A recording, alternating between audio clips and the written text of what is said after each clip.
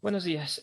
Hoy es 6 de septiembre del 2021. Nos encontramos con el entrevistado David Cascante y nosotros como los moderadores estamos Daniel Díaz y Andrea González. David es jefe de operaciones y ventas de Iguana Viajes. Antes de iniciar con la ronda de preguntas, me permito dar una introducción a lo que estamos investigando en este momento. Como sabemos, la Orgánica de Turismo se encuentra bajo revisión para una nueva propuesta. Esta pretende atender a las necesidades que tiene el sector turístico post pandemia del COVID-19. Esta investigación es con fines académicos y tiene como objetivo conocer la opinión y sugerencia en cuanto a la ley de turismo que está siendo redactada y nosotros como estudiantes proponer una reforma a la misma en base a diferentes opiniones y experiencia de varios especialistas en el campo turístico. De acuerdo. Listo. Ya. La información que se menciona en esta entrevista es netamente sin fines de lucro y estrictamente utilizada para fines académicos, destacando que la entrevista es grabada. Muy bien, comencemos con la primera pregunta. ¿Cuál ha sido su trayectoria en el sector turístico? Yo en el sector turístico trabajo desde el año 2004. He trabajado en diferentes áreas del sector turístico. He trabajado para proyectos del BID, incluso del Banco Interamericano de Desarrollo. En el 2008 se creó el proyecto de competencias laborales. Fue el primer proyecto que hablaba de competencias laborales en general en el país. Fue el sector turístico el pionero en este aspecto, por así decirlo. Y en aquel entonces se crearon normas de calidad, se crearon 40 normas de calidad para los profesionales del sector turístico. Yo estuve involucrado con este proyecto en aquel entonces. Y después de esto, pues también, he trabajado, previamente a esto en hoteles, aerolíneas. Eh, Posteriormente a esto, pues también tuve la oportunidad de trabajar con empresas transnacionales de turismo. Eh, y durante los últimos años, pues he estado a cargo de prácticamente de este caso de Iguana Viajes, como tú lo comentabas, desde el año 2017. Entonces, ya son algunos años de experiencia en el sector. He podido viajar por todo el país, he asesorado también a hoteles, en gestiones comerciales, en gestiones de procesos, en gestiones incluso de inocuidad alimentaria. En fin, algunas actividades. ¿Sí? Sí, listo, muy bien. Nuestra segunda pregunta. ¿Cuál es su apreciación de la ley de turismo y considera usted que la ha generado limitaciones de su sector? Realmente la ley de turismo, lastimosamente, tiene una gran cantidad de falencias. La considero, la verdad, una ley, aunque suene duro, una ley un poco retrógrada. ¿Por qué retrógrada? Porque es una ley que te pone una camisa de fuerza en la cual te dice cómo tienes que hacer las cosas y no solo te perfila. Una ley te tiene que dar ciertos reglamentos y ciertos lineamientos del sector, pero no tiene que ser una camisa de fuerza en cuanto al tipo de modelo de negocio que puedes emplear en el sector turístico. Basar la estructura exclusivamente en el agenciamiento o solo el guía puede hacer tal o cual cosa es una ley que genera, desde mi punto de vista, limitaciones en los modelos de negocios del sector turístico. Te voy a poner un ejemplo. En el caso particular de las OTAs, ¿ya? Sabemos que son las OTAs, ¿correcto, chicos? Ujú. Las Online Travel Agencies. Básicamente son un modelo de negocios que funcionan como un buscador, ¿ya? Aplicado al sector turístico. Eso es ese es el principio de las OTAs. O sea, tomaron la idea de Google especializada en tema turístico, ¿ya? Y bajo ese parámetro, por ejemplo, en el país no existe ni siquiera una normativa, por lo cual no se puede crear ni siquiera ese tipo de modelos de negocio porque estamos en el limbo. No sabemos si te toca hacerlo por el área digital, netamente, o si te toca hacerlo como una agencia de viajes. Y te topas con problemáticas porque el rato que empiezas a ver las alternativas de ingreso de ese modelo de negocio, no sabes para qué rama del árbol coger. Entonces, ese tipo de cosas hacen que la legislación turística te exija exclusivamente que seas, por ejemplo, una empresa jurídica, una personería jurídica. El reto de ser una personería jurídica tiene sus pros y tiene sus contras. El Ministerio de Turismo durante muchos años ha pretendido decir, no, es que tiene que ser una empresa jurídica para evitar temas de lavados de activos, temas relacionados a dar seguridad al extranjero, pero un cirujano plástico puede operar por su simple hecho de tener sus estudios correspondientes como persona natural, sin tener que transformarse en una personería jurídica. Eso genera limitantes en el sector turístico. ¿Por qué? Porque en el caso del agenciamiento, generalmente son las organizaciones o empresas que se encargan de gestionar, promover muchas de la actividad turística en el país. Entonces, cuando tú le pones una traba de esas características, ustedes chicos, por ejemplo, que están ahorita estudiando, imagino que tendrán sus proyectos y quieren sacar alguna alternativa de promoción del sector, se van a encontrar con esa limitante, con una limitante que va a empezar a jugar en su contra en vez de su favor, ¿sí? Porque te toca contratar patentes, tienes que estar al día con un montón de gestiones, estás obligado a tener una base física cuando, por ejemplo, hoy en día la pandemia nos ha demostrado que el tema del teletrabajo es una de las mejores alternativas. Yo he llegado a trabajar en teletrabajo, imagínense, desde hace más de 10 años atrás. Entonces, para mí la pandemia no fue el tema de la moda del teletrabajo, como hoy en día se lo plantea, ¿no? Como que el reto del teletrabajo. La pandemia nos está indicando simplemente qué tan retrasados en el tiempo estábamos versus modalidades que ya se utilizaban en el mundo. Entonces, al tener una ley de turismo que es muy limitante, estas posibilidades también se ven reducidas, se ven limitadas y como les decía en un principio, es una especie de camisa de fuerza que no beneficia al sector turístico. Hace unos meses atrás, no meses, hace un año y medio atrás aproximadamente, recuerdo que el Ministerio de Turismo nos manda una invitación a las agencias y nos dice, vamos a inaugurar la ruta del cacao, como si estuviesen inventando el agua tibia.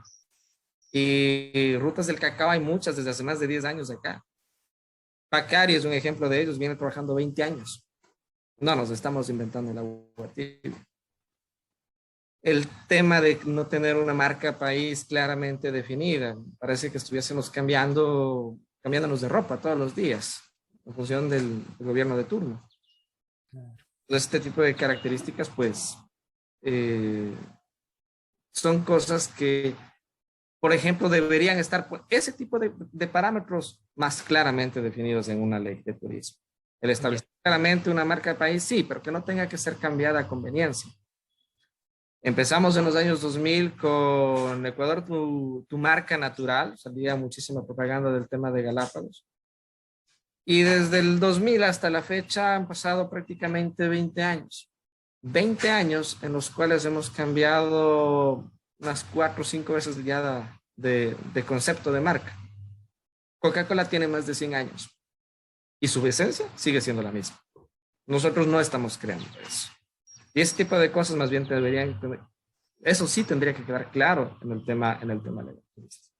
Entonces, me parece bueno que se esté buscando reformar. Nos llegó también una invitación a entregar nuestras propuestas como profesionales y como parte del sector turístico. Entonces, me parece una muy buena alternativa, pero yo creo que hay que cambiar muchas cosas.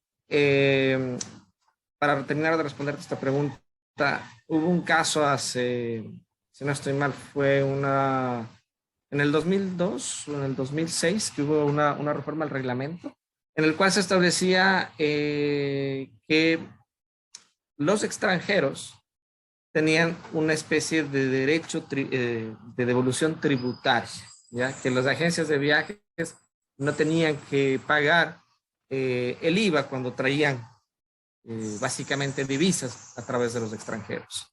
Sin embargo, esto no fue aplicable hasta que en el año 2012 se lo incorporó al Código Tributario del país. O sea, tuvieron que pasar 6 años. 6 años para que de la una institución pase a la otra. Entonces, esto también nos hace entender de no quisiera decir falta de competencia, sino más bien la falta de claridad que se tiene como institución, Ministerio de Turismo, como ley y como sector económico del país que no genera una rápida solución ante las necesidades. ¿Sí? Creo Sí, que les respondí la pregunta. sí, específicamente sí fue muy buen aporte. En nuestra tercera pregunta, ¿qué aspectos considera usted que se necesita implementar en la nueva ley para que beneficie su área de trabajo? Nuevamente, yo hablo del tema de libertad y no porque sea mi área de trabajo, yo porque creo que el sector turístico tiene que ser mucho más unido. Hace meses atrás, cuando estuvimos en inicios de la pandemia y cuando se empezó a reactivar un poco de la economía, muchos colegas y guías de turismo empezaron a comentar el tema de que no tenían fuentes de trabajo, de que sus deudas, sus cargas familiares o responsabilidades les implicaban recursos. Y no quiero decir que hayamos sido el único sector económico del país afectado, pero sí probablemente hay ciertos segmentos de la actividad turística que son más estacionales que otros. Hay cierto tipo de actividades que son más dependientes tal vez de un turismo extranjero que de otros. Entonces, en ese tipo de cosas hay que ser muy claros. ¿Y por qué hago este comentario? Y no lo puntualizo en mi caso y pongo el caso de los guías. ¿No? Porque lastimosamente la ley no les permite a los guías trabajar ni operar por sí solos, atentando de por sí contra la misma Constitución, que es el libre ejercicio profesional. Se atenta directamente. El momento, y vuelvo al caso del médico que te comentaba hace un principio. Si un médico quiere atender al público en general, puede hacerlo con consulta externa. Y este también puede trabajar tal vez para una clínica, un centro médico, un hospital, etcétera. ¿Por qué al guía de turismo no se le permite eso? Es atentar indiscutiblemente contra un derecho constitucionalmente adquirido. Entonces, la misma ley de por sí, ya vemos que desde ahí está mal planteada. ¿Sí? Entiendo muy bien que es por temas de seguridad, pero la seguridad se logra a través de otros esquemas. ¿Ya? Tienes que ver más que nada con el tema tal vez de la misma capacitación que al guía le exiges cada 4 años. ¿Ya? Por el tema de la profesionalización del sector, hay muchas formas de poder profesionalizar a muchas más personas. La ley establece, recientemente hubo la reforma en el año 2016, de que para estos mismos guías, por ejemplo, digámoslo así, si tú querías ser guía, ya no necesitabas exclusivamente la carrera de guía. Podías tener un certificado de competencias laborales, ¿ya? Más un título afín. Pero algo muy curioso que me parece es que el título afín, claro, tiene que decir solo turismo, cuando sabemos muy bien que nuestras instituciones académicas al día de hoy, no todas las carreras tal vez salen con ese tema o que tienen cierto grado de especialidad en algunas. Entonces, esto también genera nuevamente un retroceso, ¿no? O sea, me acerqué alguna vez a consultar este tema en el ministerio y me dijeron, sí, pero tiene que decir solo turismo. Si dice gastronomía, si dice hotelería, si dice medio ambiente, no aplica. Ok, no aplica. ¿Y cuándo va a aplicar? Si estamos trabajando en eso. Mira, estamos ya 2021 y cuando yo hice esta consulta la hice en 2017. Han pasado 4 años. Por una reforma, un artículo que se debería dar. Ya desde hace muchísimo tiempo. Nuevamente para apoyar al sector, porque cuando ustedes ingresan, por ejemplo, a la carrera de turismo, muchos de los chicos a veces no saben si esa va a ser su punto de partida final. ¿Sí? Si tú, chicos, por ejemplo, en el caso de ustedes, ¿cuál es la mención con la que salen ustedes de la Universidad Central? Desconozco personalmente, porque también en la Central ha cambiado varias veces ese título final. Sí, nosotros ahorita ya salimos netamente como licenciados en turismo. Ok, como licenciado en turismo te da una alternativa, pero durante muchísimo tiempo era algo de, ¿qué te puedo decir? Muy ambiguo en el caso de la Universidad Central mismo. Cuando yo ingresé a estudiar en la Universidad Central no tenía ni siquiera esa carrera. Entonces, hay una gran falencia por ese tipo de cosas. O sea, no tiene coherencia la ley de turismo ni con la realidad nacional de los profesionales ni con la realidad nacional de las organizaciones, empresas o promotores turísticos del país. Pues todo eso debería cambiar. Te doy simplemente un caso en particular. No está mal la parte previa inicial que te dice cuáles son los tipos de alojamientos, pero no tiene que ser limitante. Tiene que ser una legislación mucho más abierta y mucho más diversa para que los modelos y actores turísticos sean más, para que los modelos, digamos así, de negocios que se pueden crear dentro del sector turístico puedan ser reglamentados y no estén en un vacío legal. Listo. Muy bien. Perfecto, señor David. Continuamos con la cuarta pregunta. ¿Qué medidas ha tomado usted durante la pandemia suscitada por la COVID-19 para afrontar las pérdidas generadas? Y además de esto, ¿considera usted que estos aspectos deberían incluirse en la nueva ley de turismo? Hay varios temas. Aquí hay que considerar algunas cuestiones relacionadas con la gestión de un negocio y las obligaciones legales que este implica. Por ejemplo, hay establecimientos de alojamiento que han cerrado. Hay establecimientos de alimentos y bebidas que han cerrado, que literalmente han cerrado. Pero para algunos de ellos puede ser más fácil que a otros cerrar. Por ejemplo, si queremos cerrar un restaurante, basta con literalmente acercarme al SRI, hacer una gestión rápida. Si eres una persona natural, lo realizas. Y tú en un mes estás mucho más fácilmente fuera del negocio, ¿ya? Tú arreglas tema IES, tú arreglas temas de pagos del SRI, arreglas temas de pagos de tasas. No es tan complejo en el caso si eres una persona natural. Y hablo del caso de persona natural porque lastimosamente, bueno, no digamos que lastimosamente, pero las características y la realidad del país reflejan que el 80% de las personas que se dedican o tienen negocios en el sector turístico son personas naturales, no son empresas. Y digo en todo el país, en todas las regiones del país, porque si tienen un pequeño hotel, se me ocurre, en Sucúa, en Morona, Santiago, zona que casi no es visitada por turistas extranjeros, van a vivir una realidad.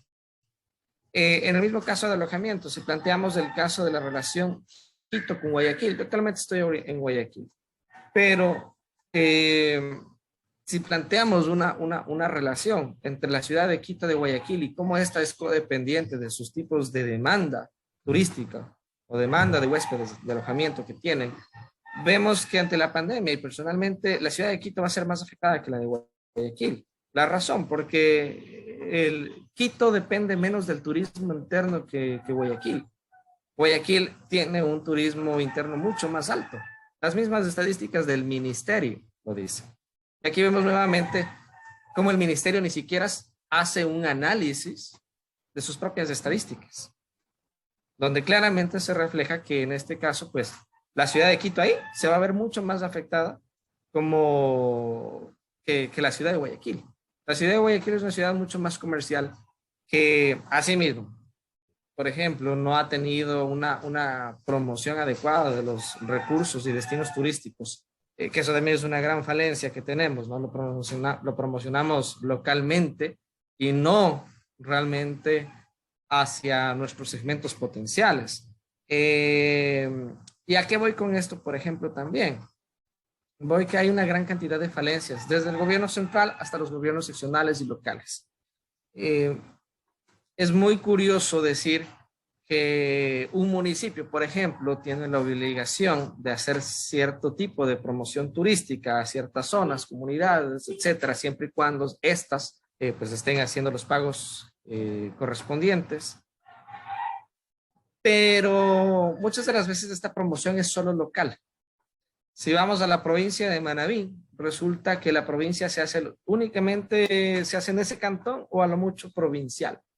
Y el tema es que no es tan mal vivir del turismo interno de la provincia, pero necesitas también tener una influencia muy fuerte del turismo nacional. ¿Eso qué quiere decir? Por ese lado, de ciudades como Quito, de ciudades como Guayaquil. Y aquí una percepción muy clara. El quiteño se le borra la memoria. Yo digo el quiteño, soy quiteño, pero se le borra la memoria después de que pasó Tambillo hasta cuando llegó a Tonsupa, porque lastimosamente es el destino de playa del quiteño. Pero para el quiteño no existe nada más. No existe la campiña manabita, no existen humedales, no existen un sinfín de recursos que de por sí tiene la costa. Entonces, cuando hablamos de qué considero que debería cambiar acá, yo creo que en la ley se deben incorporar este tipo de parámetros en los cuales se involucre también estos gobiernos seccionales. Porque dentro de la ley de turismo como tal, los gobiernos seccionales no están realmente involucrados. Entonces, se debería involucrar de mejor forma. Ok, si el gobierno seccional va a estar involucrado con nosotros, que no haga solo campaña a nivel cantonal ni provincial, que a veces eso es más de tinte político, ¿no? Tiene que hacerse realmente hacia los mercados potenciales de ese destino, ¿sí? Si no me alcanza el presupuesto, ok, pero al menos hagámoslo de un alcance nacional. No reduzcamos nuestro concepto de turismo exclusivamente al consumidor del barrio. ¿Sí? Entonces,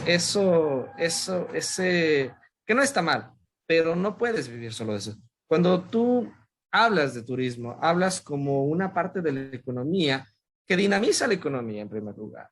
En segundo lugar, que genera redistribución de riqueza. ¿Eso qué quiere decir? Las ciudades con mayores recursos o mayores ingresos económicos de una ciudad o de un país tienen que aportar también o redistribuirse en el mismo país. Es parte del turismo interno. En el caso particular, por ejemplo, nosotros ya venimos trabajando literalmente con el segmento nacional desde hace años atrás. No es algo reciente. Y con este segmento es diferente tal vez a un extranjero que viene por otros intereses. Los motivos por los cuales el ecuatoriano viaja son diversos. Hay personas que viajarán por temas relacionados a distracción únicamente, otros por buscar lugares nuevos, nuevos encuentros culturales. Nosotros como ecuatorianos de por sí, escucho a Andrea que es de la costa, usted Daniel es de la sierra, y le aseguro que si se ponen a conversar de las zonas de donde cada uno son, se van a topar que no conocen esa parte del Ecuador. Y esa es una realidad también bastante curiosa. Y es parte de la resiliencia organizacional que hemos tenido, por ejemplo, nosotros, ¿ya? Ya tener un banco de opciones para ecuatorianos, que no quiere decir que son necesariamente las opciones que tenemos para extranjeros. ¿Por qué? Porque obviamente cada nicho de mercado es diferente y va a depender del enfoque de mercado. Y aquí vemos otra vez el tema de la ley de turismo en la cual no te habla nada al respecto, ¿ya? Cuando hablas de la reglamentación, el otro día justamente topaba este tema y hablaba de la reglamentación turística. Es muy curioso que las multas en el sector turístico sea algo tan ambiguo a competencia del, digámoslo así, del fiscal turístico cuando estás, o de la autoridad turística cuando te hacen un control, ¿ya? Y esta multa puede ir de tanto a tanto, dependiendo, la misma ley te dice, dependiendo del tipo de infracción. Pero no es claro eso. Cuando tú manejas un vehículo, ¿a qué te atienes? Te atienes a la ley de tránsito. Y la ley de tránsito, bien o mal, no estoy diciendo que sea perfecta, al menos tiene ya establecido un tarifario de cuál es la amonestación o la multa si cometo o no una infracción. En el sector turístico esto no pasa, ¿ya? Y pasa menos aún para la gente informal. Entonces, ese tipo de cosas son las que se tienen que conceptualizar claramente. Porque resulta que si eres guía, por ejemplo, te van a molestar, como hablábamos hace un rato, no les permiten guiar libremente, no les permiten en realidad tener sus clientes finales, no estaban parados en la ley de turismo. Pero al rato de los ratos, si lo cogen a ese guía, pues a él sí lo van a molestar. O sea, a él sí lo van a molestar varias veces. Le pueden quitar su licencia, su fuente de trabajo. Pero si se encuentran, digamos, con un montañista, que hoy en día se ha puesto de moda este tema, y él no tiene licencia, bajo la ley de turismo no existe una prescripción que le exija pagar a él, al que ni siquiera está registrado en el ministerio. Entonces, eh, por eso es que en un principio de la charla, mi percepción de la ley de turismo es que es bastante retrógrada. No ha sido actualizada, ni en función de las necesidades tecnológicas, ni en función de las necesidades logísticas y operativas, ni en función de la realidad de los trabajadores del sector turístico, ni en función tampoco de los organismos seccionales, ni mucho menos en brindar nuevas alternativas de negocio y modelos de negocios que se pueden incorporar a la actividad turística como tal.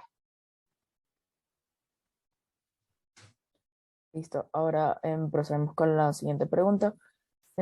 ¿Qué beneficios podría plantear la ley de turismo para reactivar este sector frente a una emergencia? En primer lugar, y aquí les voy a hacer otro comentario. Cuando el anterior gobierno tenía creó Ban Ecuador, creó préstamos para el sector turístico. Sin embargo, en estos préstamos del sector turístico, el mismo Ban Ecuador mencionaba, damos préstamos para inversión, no para publicidad, por ejemplo. Pero curiosamente, uno de los elementos fundamentales que el sector turístico tiene es la inversión publicitaria. Sin inversión publicitaria no llegas a tus segmentos potenciales, porque no es que tienes, digamos, un negocio local, vendes calzado, y que los compradores son las personas de tu barrio, no. A ti te toca invertir en publicidad para llegar hasta tus clientes finales. Entonces, en primer lugar, reformular ese tipo de cosas o dar ese tipo de facilidades de préstamos, no solo en inversión inicial, sino también en inversión publicitaria, sino también inversión en lo que se refiere, digámoslo así, renovación de la infraestructura que tienes. Un establecimiento de alojamiento tiene que realizar una infraestructura continua. Y ese tipo de soluciones que me permitan a mí renovarme continuamente, tal vez a veces a partir de un préstamo, puede ser una alternativa muy clara. ¿Sí? ¿Qué otra cosa yo considero que es importante para la reactivación? Ya lo he mencionado varias veces en la conversación. Y la primera, bueno, ya sería la segunda que comento en este caso, es el tema de los guías. ¿Ya? Los guías de turismo, yo creo que tienen total derecho de ejercer su profesión. ¿Qué tal si Daniel se gradúa solo de licenciado en turismo y no le permiten hacer el libre ejercicio profesional de su profesión? No le permiten organizar viajes porque simplemente no tiene los recursos o el espacio o implica una inversión más fuerte, ¿ya? Hasta que él se establezca. La misma ley del Ecuador ya establece para otro tipo de instituciones que cuando uno factura más de 100,000, 200,000, 300,000 dólares, tiene más de 100,000, estás obligado a llevar contabilidad. Más de 300,000, ya tienes que hacerte una microempresa. Eso ya establece la ley. No es algo que nos estamos inventando, sino que demos rienda suelta y llegamos a lo que establece ya la ley en la superintendencia de compañías. Porque ya dice la ley de compañías, no estoy diciendo que se libere en su totalidad. Simplemente que nos damos cuenta de que la ley no está en función de la realidad del Ecuador, no está en función de la realidad de nuestro país. Entonces, si queremos reactivar la economía, lo primero, empecemos a arreglar los baches que hemos puesto mal. Empecemos a soltar este tipo de correas. Pues para mí ahí esa palabrita que para tal vez muchas profesiones puede ser libre ejercicio profesional, es una de las primeras cosas que se tiene que cortar, ¿no? Entonces, les doy dando varios casos. El tema de que permita a los empresarios turísticos acceder a ciertos tipos de créditos, Creo que es importante. Creo que es importante. Poner un restaurante no es nada económico. Poner transporte turístico tampoco es económico, ¿sí? Entonces, si vamos a una empresa de transporte turístico, pues ¿cuánto cuesta una unidad? Solo el transporte como tal. Si hablamos, por ejemplo, de una Crafter, capacidad de 16 pasajeros, hoy en pandemia máximo 10, cuesta $65,000. $65,000 que ese empresario, esa persona que está dentro de la gestión turística, tiene que ver cómo agilitar, cómo obtenerla. Y no se puede. La ley de turismo creo que tiene que permitir la opción del guía driver. Creo que debe permitir esa opción. No estoy diciendo que cualquier conductor se transforme en chofer y cualquier guía se transforme también en guía driver. Debe haber un curso, debe haber, sí, una reglamentación al respecto, pero debe existir. El tema del guía driver se viene peleando desde los años 90, chicos. O sea, más de 20 años y todavía no se hace nada. Entonces, y no me estoy inventando eso porque existe esa modalidad en otros países. ¿Sí? Entonces, este tipo de características tienen que funcionar, tienen que poder realizarse de mejor manera. ¿Sí? Entonces, si queremos reactivar la economía, si queremos reactivar, hay que empezar a escuchar a los actores del sector turístico. Y no me refiero solo a las organizaciones, me refiero a todos los trabajadores, porque a veces se escucha solo organizaciones. No, escucha a todos los trabajadores. Existen un montón de asociaciones, etcétera, etcétera, y yo suelo decir que no hacen ni una. En pandemia recién se creó la Asociación de Restauranteros del Ecuador o de Quito era. Lo escuchaba a Diego Vivero hablar ahí. Y sí, hay que esforzarse, hay que unirnos, pero nos damos cuenta simplemente con esta demostración y la pandemia nuevamente, como decía, chicos, que la ley le falta muchísimo. ¿Ya? Les doy simplemente ciertas cositas en las cuales se podría seguir mejorando. Listo, ahora para concluir, ¿cree usted que el turista extranjero debería tener más beneficios, además del derecho a la restauración del IVA pagado por la contratación de servicios de alojamiento turístico o la adquisición, perdón, de bienes? Aquí hay que conceptualizar una cosa y me voy a salir un poquito de la pregunta. Cuando hablamos de la casa de la restribución del IVA, ya habíamos hablado previamente que no era una competencia original de la ley de turismo. Es una competencia que se tiene que hacer literalmente hacia la reglamentación cuyo órgano rector es el SRI. No es el Ministerio de Turismo ahí. ¿Ya? Si bien es un soporte que está en la ley, por darles un caso, yo creo que tenemos que ir mucho más allá de aquello. ¿Por qué? Yo pensaría muchísimo el tema del IVA, no solo para extranjeros, yo pensaría también incluso para los mismos ecuatorianos, porque ya habíamos hablado de que la economía, en primer lugar, turística, es un redistribuidor de riqueza, ¿ya? Porque el dinero que lo tengo guardado en ciudades emisoras como Quito, Guayaquil, Cuenca, Ambato, yo lo puedo redistribuir en otras zonas que tal vez no se han visto beneficiadas. Pues para mi punto de partida, una de las características de aquí del IVA tiene que empezar en casa, para los mismos ecuatorianos. ¿Ya? Y con esto no quiero decir que no vas a pagar impuestos, porque al final de cuentas terminas pagando impuesto a la renta, terminas pagando más tasas y permisos que, por ejemplo, el transportista turístico paga más cosas o más reglamentaciones anualmente que el transporte público. Entonces, resulta que es algo muy, muy costoso y nos exigen ciertas características más de servicio, ciertos tipos de cosas. Entonces, bajo estos parámetros, yo diría en retribución a la inversión que hacen muchas personas en el sector turístico. Lo primero que se debería contemplar es esta cuestión del IVA. Primero. Segundo, no he revisado todavía todos los parámetros del 5% de la salida de divisas. Y como les hablaba en un primer punto, el sector turístico se le tiene que eliminar el 5% de salida de divisas. Porque como no hemos creado los modelos que en un principio les decía, no tenemos una red social ecuatoriana, no tenemos un buscador ecuatoriano, no tenemos una OTA como tal ecuatoriana, con la cual yo le pago y sé que está ahí aglomerado los segmentos potenciales de mercado. Entonces me toca pagarle a Facebook, me toca pagarle a Google, me toca pagarle a Twitter. Y el rato que yo le pago por publicidad a Twitter me cuesta más que a otros países porque estoy pagando el 5% de salida de divisas para esa empresa. ¿Ya? Pero estoy hablando del sector turístico, estoy hablando de profesionales turísticos, no estoy diciendo que esto necesariamente se aplique para todos, pero estoy hablando del caso turístico. Y cómo en el caso turístico esto puede afectar, porque ya su costo publicitario sube un 5%, y a lo otro sube un 12%.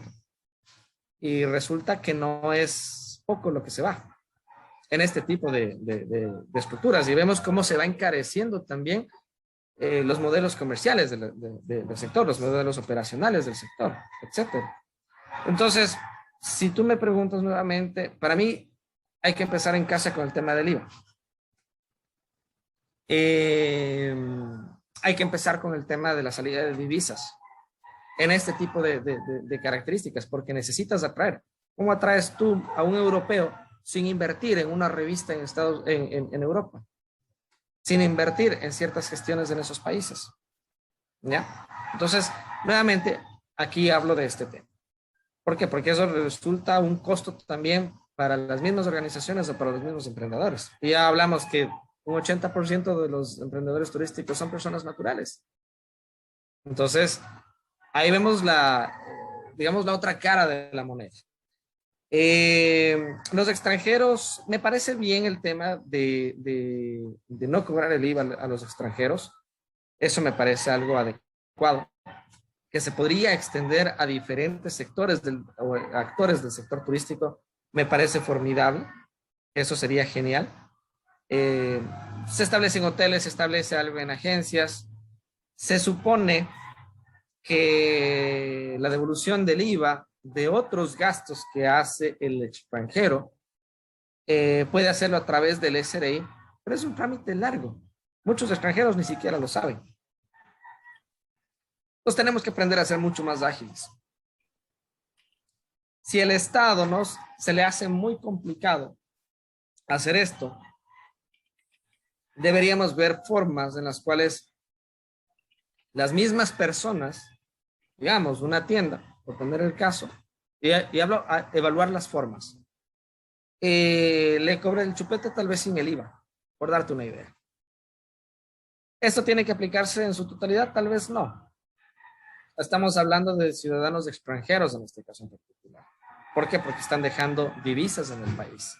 Si van al Supermax y compran una Coca-Cola, compran barras energéticas, están dejando divisas en el país. ¿Ya? Entonces, bajo ese parámetro, yo te diría, si queremos fomentar esa estructura, hagámosla bien o no la hagamos. ¿Ya? Y me refiero a estos consumos adicionales que tiene el turista extranjero. ¿Ya? Porque si no vamos a hacerla bien, es como tener abuelita pero muerta, decía. ¿Sí? Porque si tengo la ley y me dices, no, sí, usted tiene derecho a que le devuelvan, pero me van a devolver en 3 meses. Yo en 3 meses no estoy aquí. Yo en un mes no estoy aquí, en una semana no estoy aquí. Capaz ni mañana estoy aquí porque estuve aquí solo de paso una semana. Claro. Listo, mi estimado David. Ha sido un gusto en realidad de poder conversar con usted y que nos ayude con estas preguntas. En este caso ya ha sido aclarado todo lo que se había planteado en un inicio. Ha sido muy valioso tu aportación. Con esto daríamos por concluida esta entrevista y deseándole éxito en su trabajo. Muchas gracias, mi estimado Daniel y estimada Andrea. Un gusto Muchísimas ver a gracias. ustedes. Y pues que les sirva para el tema de investigación. Espero que sea de ayuda. Sí, Y, sí. y todos aquí yo siempre digo que todos aquí ponen el hombro en la actividad. ¿Ya? Desde el gran hotelero, los que tienen los yates, hasta el personal de limpieza de los establecimientos de alimentos y bebidas. Así que no hay que trabajar de forma individualista, solo hablando para un lado, porque el sector turístico en realidad es grande lastimosamente, y ahí sí, lastimosamente, desunido. Sí, en verdad hay que tener esa unión en este sector. Listo, muchas gracias por la Listo, chicos, que invitación. tengan un buen día. Buen día de igual forma.